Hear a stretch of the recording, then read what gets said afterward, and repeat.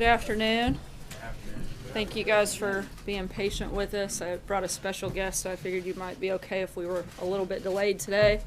As you all know, the President hosted a very productive cabinet meeting this morning and made some news by announcing that the United States has again designated North Korea a state sponsor of terrorism. As the President said, one of the primary goals of his recent Asia trip was to pursue the denuclearization of the Korean Peninsula. This designation will impose increased sanctions and penalties on North Korea that will continue our progress toward that goal. Additionally, it is a reminder that North Korea has repeatedly supported acts of international terrorism, including assassinations on foreign soil. The President's position is this: the North Korean regime must be lawful. It must end its unlawful nuclear and ballistic missile development and cease all support for international terrorism. This afternoon, we have Secretary of State Rex Tillerson with us to answer some of your questions on this topic. He's going to come up and make a couple of remarks and then take questions on that topic. And as always, I will be back after that to answer other news of the day. With that, Mr. Secretary. Thanks, Sarah. And as Sarah indicated, the President did make the designation earlier today, announced it in the cabinet meeting.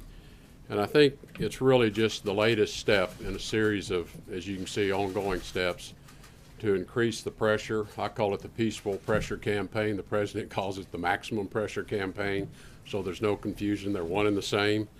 And I think this is, though, to hold North Korea accountable for a number of actions that they've taken over the last several months, the last year or so. Some of you will know that North Korea was designated as a state sponsor of terrorism back in 1988. So they have been designated before. That designation was lifted in 2008 as part of an effort to negotiate with North Korea an end to their nuclear program. That obviously failed because we can see where we are today. But as a result of actions they've taken, including assassinations outside of their country, using banned chemical weapons, these are all very, very serious actions on their part that put the public at risk as well. So that, along with a number of other actions that they've taken, resulted in their designation now again as a state sponsor of terrorism. I think, as Sarah indicated, the practical effect of it is we already have many of these actions in place through the current sanctions. It may, though, disrupt and dissuade some third parties from undertaking certain activities with North Korea, as it does impose prohibition on a number of other activities that might not be covered by existing sanctions. But I think importantly, this is just continuing to point out North Korea's illicit, unlawful behaviors internationally, and we felt it necessary to reimpose the designation for that reason. So with that, happy to take questions, and I'm going to let Sarah referee because I'm no good at refereeing. You're so good at it. Thank you. Thank you, sir. Margaret, yes. Is this move an intent to incentivize Kim Jong-un towards negotiations? I think it's been more than 60 days since we've seen some kind of test. Do you think that that timetable is in any way promising? And why wait until we were back in the U.S.? The President said that there was hope for diplomacy when we were in Asia, and this seems to be counter that. No, we still hope for diplomacy, and the timing of this is just one of us concluding the process. There is a very specific designation process that we have to go through at the State Department to be able to meet the criteria to make such a designation, and we wanted to ensure we had fully met all those requirements. Again, this is all part of just continuing to turn this pressure up, and we continue to turn the pressure up on North Korea by getting other countries to join and take actions on their own. We've had other countries in our visit to Vietnam. They have committed that they're going to curtail activities further with North Korea. Malaysia has indicated a curtailment. Singapore has cut off all trade with North Korea. The Philippines have cut off all trade. And just recently, the Deputy Secretary of State's been in Africa. He had meetings with the Sudanese government. The Sudanese government have traditionally been buying military weapons from North Korea. They now have agreed to halt all those purchases as well.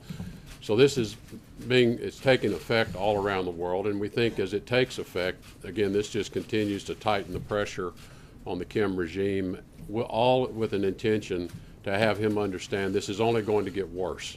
until you're ready to come and talk. Specific to the 60-day window, he hasn't tested in some time. You don't think We're this will trigger? We're hopeful that he continues this quiet period. That's our objective, is that he continue to be quiet as well. This designation, as I said, is one that we're required to undertake from time to time, and we've been monitoring the situation. We wanted to be sure we had sufficient evidence before making the designation. So this is a process that started actually several months ago. Thank you, Secretary.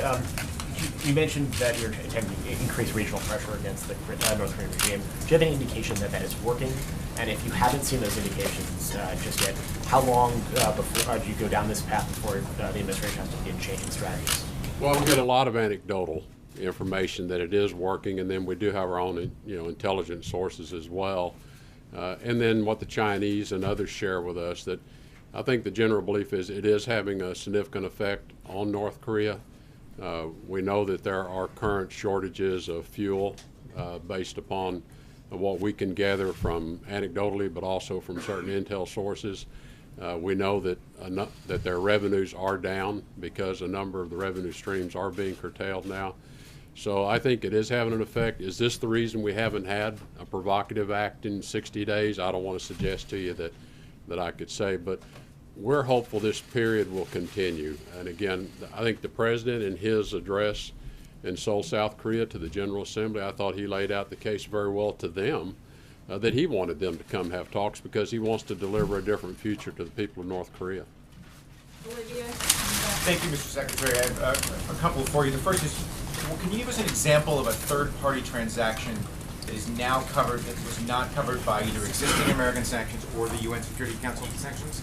Well, there could be certain dual-use equipment that may not have been covered under previous sanctions that this would prohibit now a third party selling that dual use. And so, and again, I don't want to suggest to you that the designation is suddenly going to put a whole new layer of sanctions on them, because again, I think we already have North Korea so heavily sanctioned in so many ways with the UN resolutions that have been undertaken. But this will close a few additional loopholes off.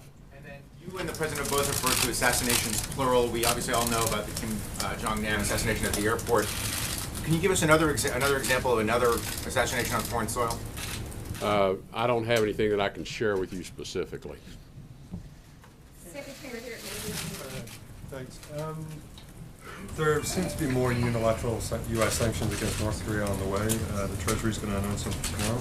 Have you given up on getting China to agree to an oil embargo? We've not given up, and let me say this with China, we continue to talk with them, first to ensure that they are fully committed to implementing all the UN sanctions, and they have assured us they are, which, as you'll recall, the last round of sanctions imposed a pretty severe restriction on the import of finished products, so fuels, petroleum, diesel, jet fuel, and whatnot. But we have suggested to them, look, you control that oil pipeline that feeds their refinery. You can do that unilaterally on your own if you want to increase that pressure. Whether they're doing that or not, we don't know, and it's very difficult for us to know whether they're taking actions to curtail oil supplies to them. Secretary, earlier today, President Trump said that the Treasury Department is going to be announcing additional sanctions tomorrow. He described it as a very large one, the highest level of sanctions. Can you give us any insight into what those additional sanctions may be? Well, I'd like to leave it to Treasury to announce those tomorrow. They're similar to sanctions we've taken in the past. We're just going out much more broadly now to more entities. But I'd like to leave it to their announcement tomorrow and not jump the gun on them. And do you all see today's announcement as more symbolic or as something that really does have a lot of teeth to it? Well, I think it is very symbolic on the one hand, because it just points out again what a rogue regime this is and how brutal this regime is and how little they care for the value of human life. So I think in that in of itself, I think makes a strong statement of just the nature of this regime. And as I've said, the practical effects may be limited, but hopefully we're closing off a few loopholes with this. Thank you, Mr. Secretary. Maura Eliason from NPR. If China does not agree to cut off oil shipments to North Korea, how can you possibly get enough pressure on them to come Well, their fuel supplies are already quite constrained, and as I said, we have evidence that there are fuel shortages in North Korea. Obviously, the civilians are by and large the ones that can't get fuel, so we see long lines of vehicles at petrol stations. We see certain petrol stations that appear to be out of fuel because they're closed when normally they'd be open. So there are indications that fuel supplies are already quite tight. As you know, they only refined a small amount of their fuel needs internally. They only have one refinery that operates, and it operates at a low capacity. So they were heavily dependent on imports of finished fuel products, which have been constrained significantly with the UN sanctions. But is the Chinese action essential? In other words, do you need China to cut off those oil shipments to? I don't know that the cutting off of oil is the magic wand or the silver bullet that is going to bring them to the table. What I would say is that the North Koreans have demonstrated in the past they have an enormous capacity to withstand a lot. They'll make their people pay, but they have an enormous capacity to withstand a lot. So I don't want to suggest that we think that one action is all it would take to get them to the table. Margaret. Thank you. Margaret Tyler with Bloomberg. Thanks for welcome in our briefing room anytime. I want to pick up on Olivia's question about the assassinations. How determinative was that in the specific evidence they used to make this determination? And I also want to ask you, I think you and Ambassador Haley both spent some time with the president, and that's unusual. I know she was in town today. Can you tell us a little bit about that meeting and any substance that came up there?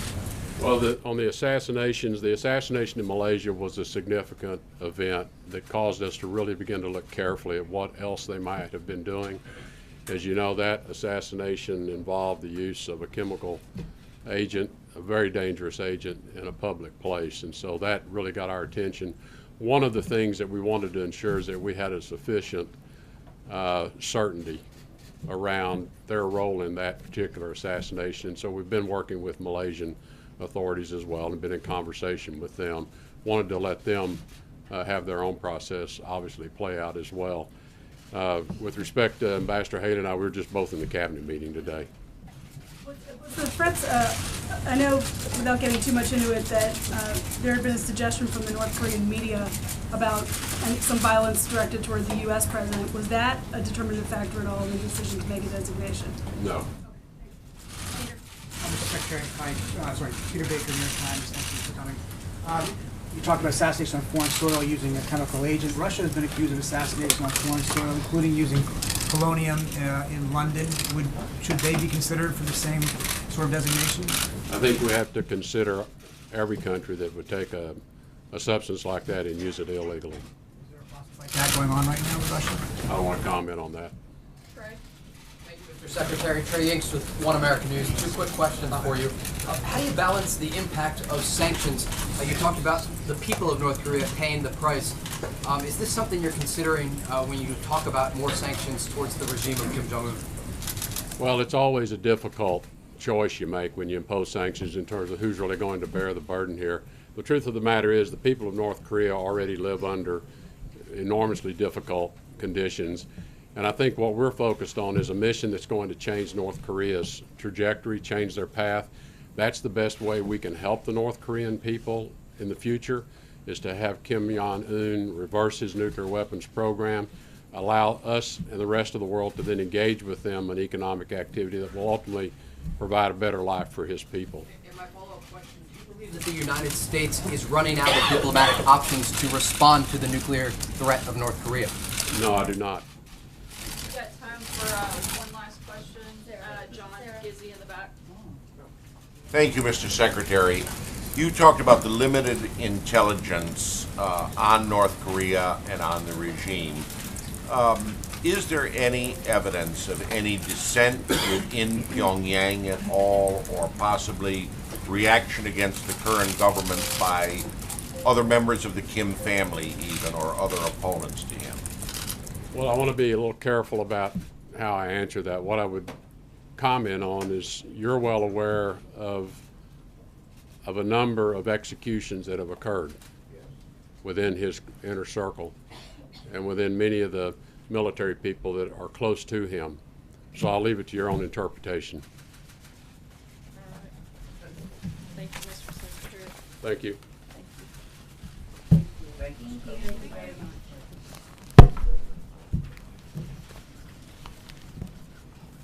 Hold on, we'll get to some more questions. I know that there is obviously a lot of interest today. Thank you again to Secretary of State for coming in and answering questions. As many of you, to shift gears just a little bit on some happier notes, I'm sure a lot of you have started to notice that the Christmas season has officially arrived here at the White House. This afternoon, the First Lady and Barron Trump will receive a beautiful 19-foot Christmas tree, which will serve as the official Christmas tree on display in the Blue Room. The tree will arrive via horse-drawn wagon and will be presented by Jim and Diane Chapman and their son David of Silent Night Evergreens in Wisconsin. The Chapmans were grand champion winners of the 2017 National Christmas Tree Contest, sponsored by the National Christmas Tree Association. The NCTA has presented the official White House Christmas tree since 1966. The grand champion grower wins the privilege of presenting a tree to the White House, and we're excited to have them here today for the 52nd time. As you probably also know, we've got some other holidays like Thanksgiving coming up, and this will be our last press briefing before the Thanksgiving holiday in this room. So I want to share a few things that I'm thankful for, and I think it would be nice for you guys to do so as well before asking your questions. Obviously, you probably know, and it's no secret, that I'm clearly very thankful for all of you here in the room. And I think that goes without saying. But in all seriousness, I'm very thankful for my family, my faith, particularly thankful for the brave men and women of the military, many of whom are away from their families during the holidays, protecting the freedoms that all of us in this room and across this country enjoy. I'm thankful for the police, the firemen, and first responders who keep us safe here at home, and I'm certainly thankful for the incredible privilege of serving this president and the American people. So this is how it's going to work today, since I'm here and I get to call on you. If you want to ask a question, I think it's only fair, since I've shared what I'm thankful for, that you start off with what you're thankful for. So anybody want to be first on what they're thankful for? I'll give it a whirl. April, you've been so eager, so I'm going to go with you to start us off on what you're most thankful for. I'm thankful for life. I'm thankful for my children. I'm thankful for 20 years in this job. I'm thankful to be able to talk to you and question you every single day. I feel the gratefulness there. Now my question. Yes, ma'am. I hope you felt the passion of my thankfulness. So, the question is, since I didn't get a chance to ask Secretary Tillerson, there's a black hole when it comes to intelligence when it involves North Korea. And he was talking about, he said, Secretary Tillerson said, things will get worse until they're ready to talk. With that said, the rhetoric is still amping up.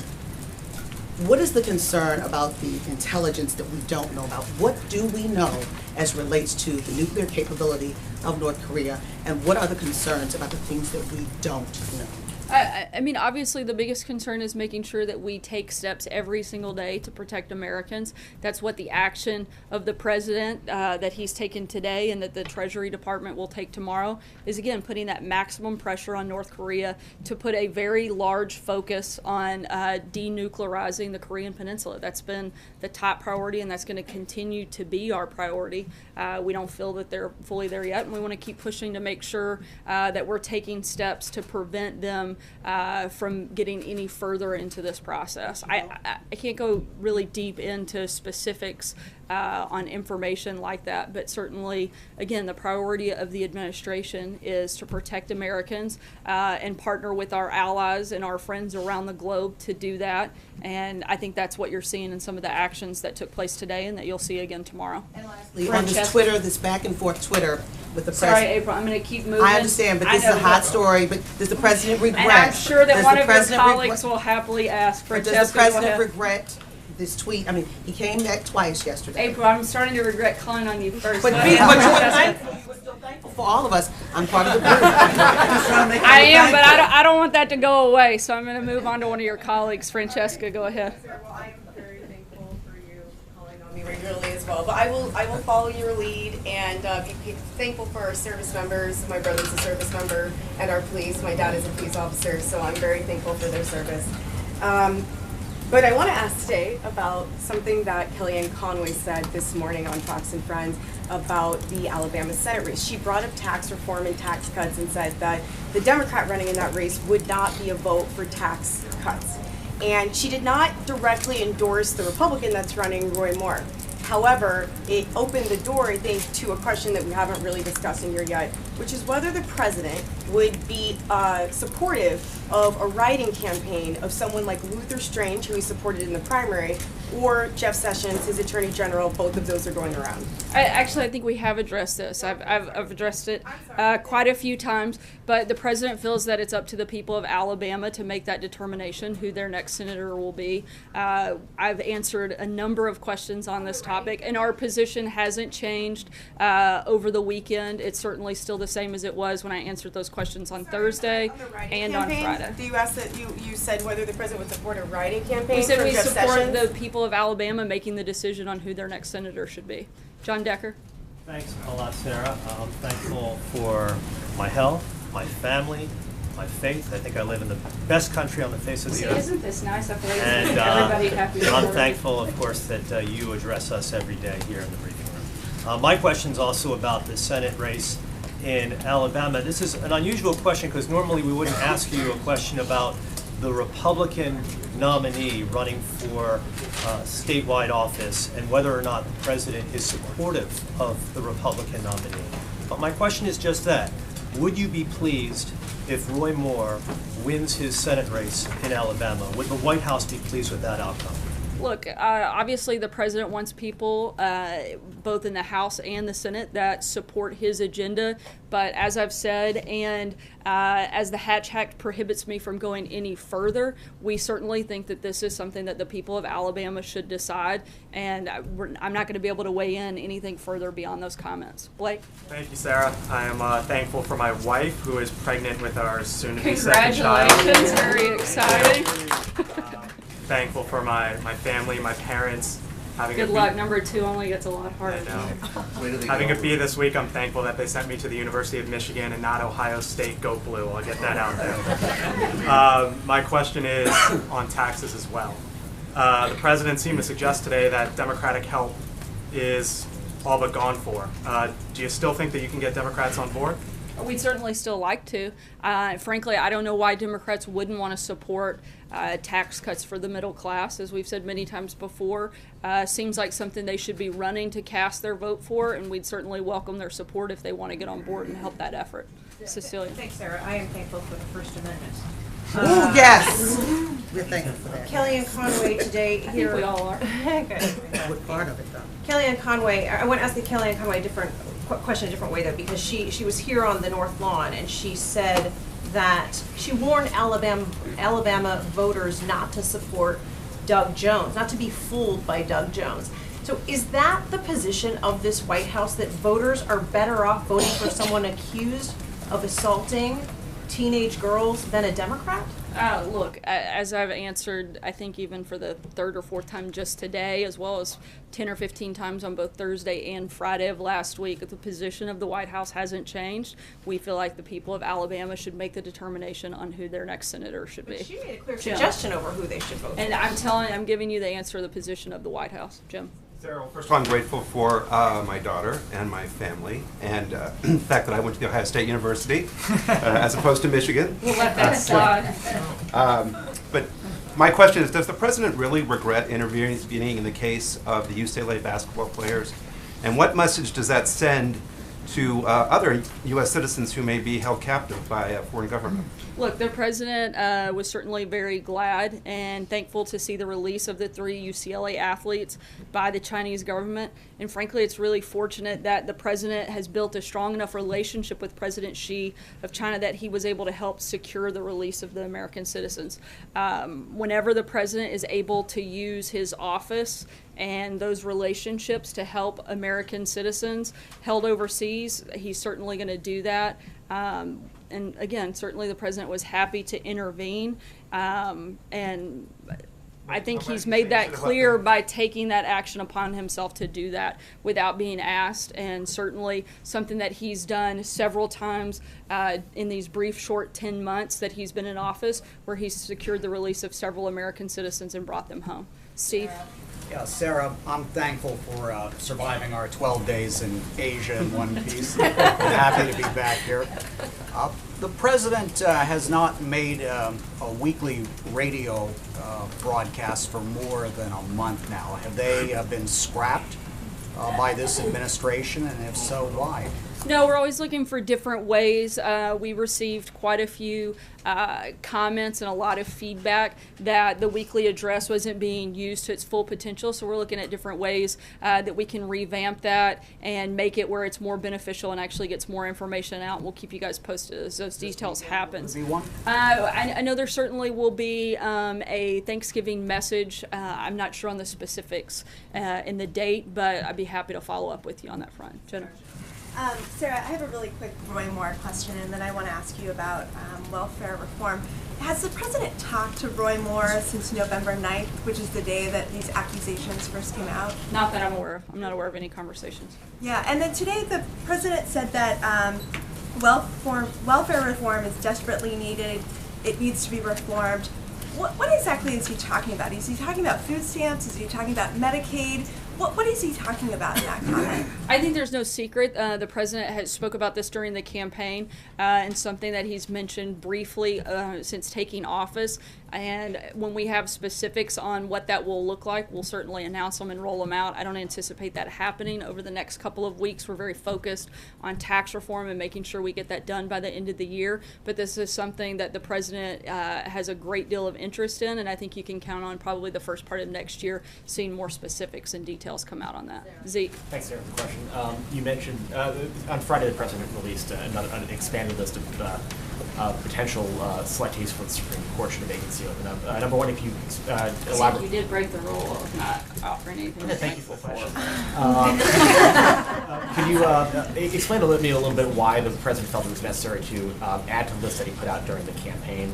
And then also, if you address concerns about the diversity of some of the president's judicial picks, not the Supreme Court, but more broadly across the federal judiciary, and talk about how the White House sort of values or doesn't value diversity among the federal judiciary when it comes to selecting potential nominees.